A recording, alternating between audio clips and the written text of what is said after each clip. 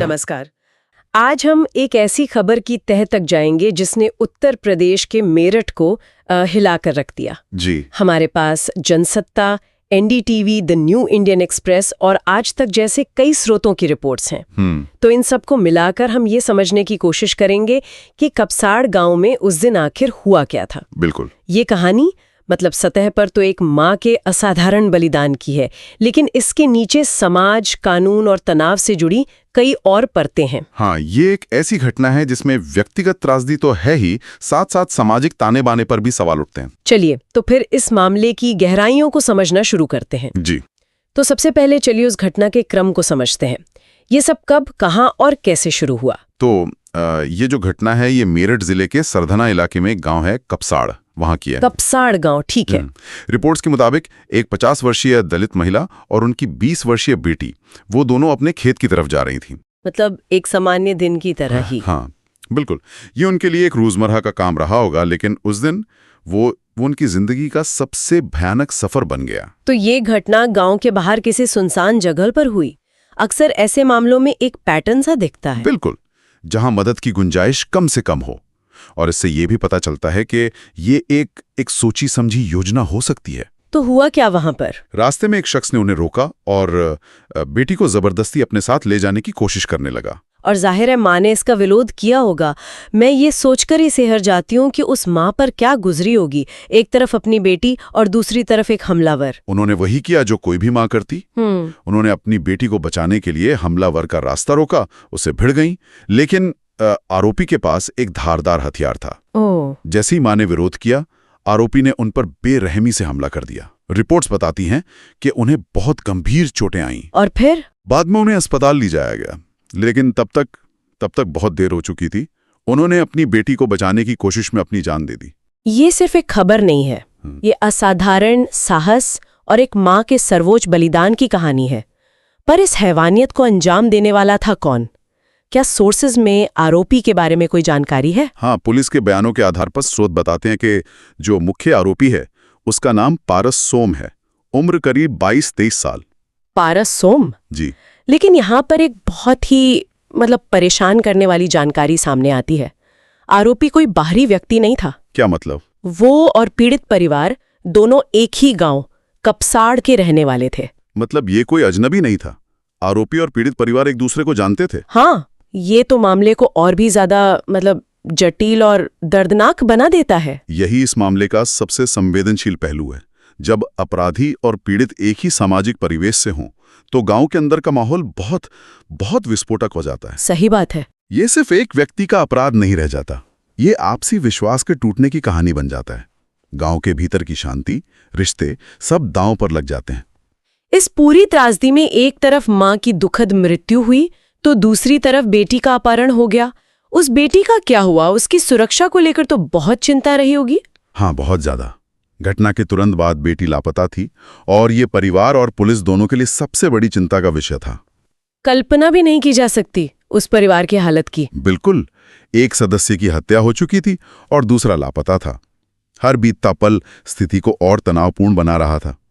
लेकिन बाद की रिपोर्ट्स में कुछ राहत की खबर आई है ना? बिल्कुल, ये इस मामले का एक सकारात्मक पहलू है कि पुलिस ने तेजी से कार्रवाई की।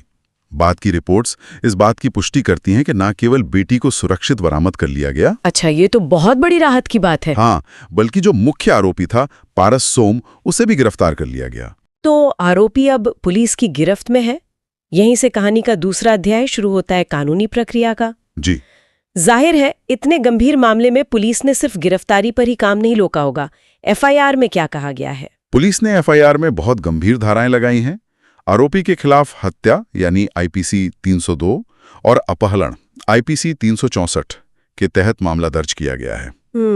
लेकिन इसके साथ एक और बहुत महत्वपूर्ण कानून जोड़ा गया है। आप SC/ST एक्ट की बात कर रहे हैं। इससे पहले कि हम आगे बढ़ें, शायद हमें ये समझना चाहिए कि SC/ST एक्ट का लगना इस केस को कैसे बदल देता है। ये कोई साधारण आईपीसी की धारा तो है नहीं। आपने बिल्कुल सही मुद्दा उठाया।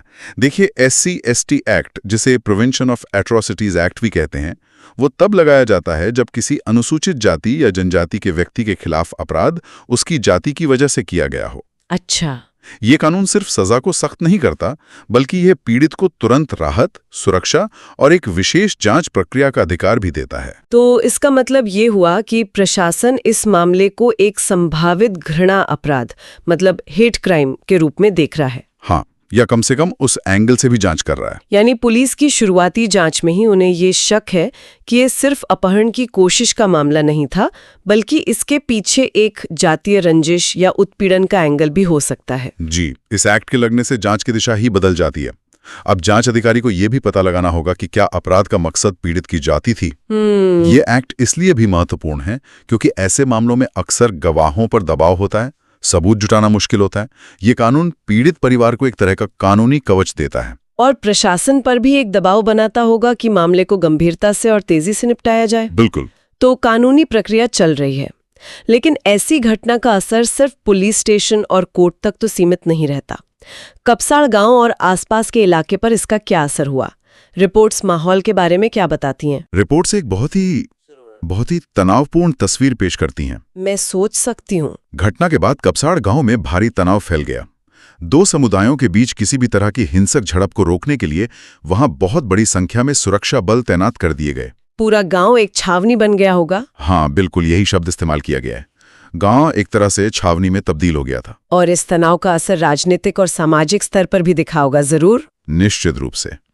कई राजनीतिक दलों और सामाजिक संगठनों ने इस घटना की कड़ी निंदा की। उन्होंने सरकार और पुलिस पर कड़ी से कड़ी कार्रवाई करने और पीड़ित परिवार को न्याय दिलाने के लिए दबाव बनाया। तो मामला एक लोकल क्राइम से बढ़कर एक बड़ा मुद्दा बन गया। हाँ, और यह एक दिलचस्प बात है जो कुछ सोर्सेज में मिलती है। क्या? कि स्थिति इतनी विस्फोटक थी कि कुछ नेताओं को गांव में घुसने से भी रोक दिया गया था। अच्छा, ये तो एक बहुत बड़ा कदम है। इसका क्या मतलब निकाला जाए? क्या प्रशासन को डर था कि नेता आकर माहौल और भड़काएंगे? इसके दो पहलू हो सकते हैं। एक, प्रशासन की नजर से देखें तो वो किसी भी तरह की राजनीतिक बयानबाजी से बचना चाहते होंगे, जो गांव के दो समुदायों के बीच तनाव को और बढ़ा सकती थी। हाँ, अक्सर ऐसा होता है।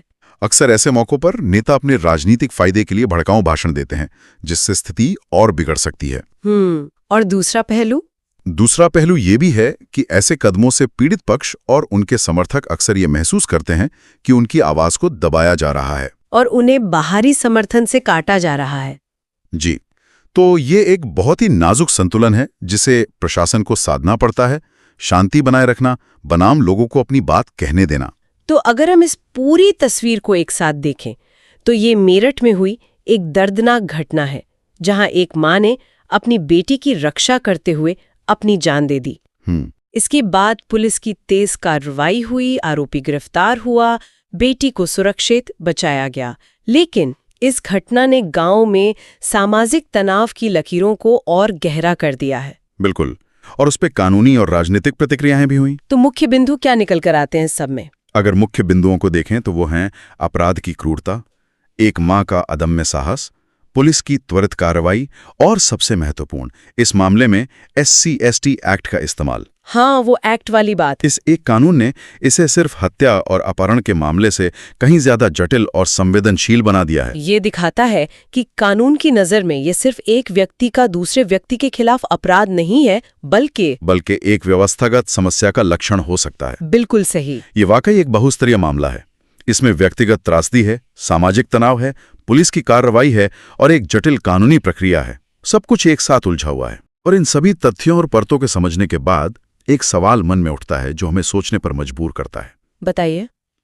स्रोत हमें बताते हैं कि इस मामले में SC/ST एक्ट लगाया गया है, जो ये इशारा करता है कि ये एक संभावित जातीय अत्याचार का मामला है। जी। सोचने वाली बात यह है कि जब कोई आपराधिक घटना इस तरह के विशेष कानून के दायरे में आती है तो ये समाज को अपने अंदर झांकने का एक मौका देती है। ये हमें ये सोचने पर मजबूर करती है कि आखिर समाज में ऐसी कौन सी दरारें हैं, कौन सी गहरी जड़ें जमाई हुई मानसिकता है जिसके चलते हमें ऐसे अपराधों से निपटने के लिए विशेष कानूनों की जरूरत पड़ती है। क्या इसका समाधान सिर्फ सख्त सजा में है या समाज को अपने स्तर पर भी कुछ गहरे और असहज सवालों के जवाब ढूंढने होंगे?